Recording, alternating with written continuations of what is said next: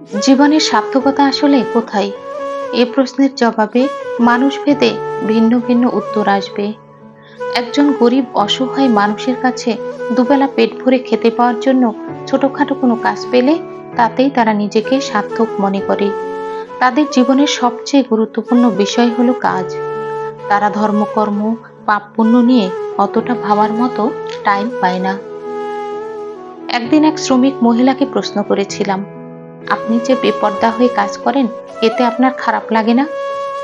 তখন মহিলাটি বলেছিল, কাজ না করলে খাবো কি? ঘরে বসে থাকলে পেট চলবে? আমি তাকে কি জবাব দেব বুঝে উঠতে পারছিলাম না। আবার একজন মধ্যবিত্ত মানুষের সার্থকতা একটি সম্মানজনক অবস্থানে। তাদের আত্মসম্মান বোধ প্রবল হয়।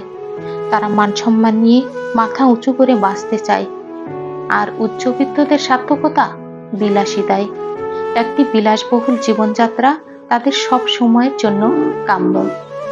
কিন্তু প্রকৃত সার্থকতা কোথায় জানেন? প্রকৃত সার্থকতা হচ্ছে মানবতায়, মনুষ্যত্বে, সত্যবাদিতায়, সদাচরণে, সুশৃঙ্খলতায়, উদারতায়। আপনি যদি এসব গুণাবলী নিয়ে মানুষ হয়ে উঠতে পারেন, তবে আপনার জন্ম সার্থক।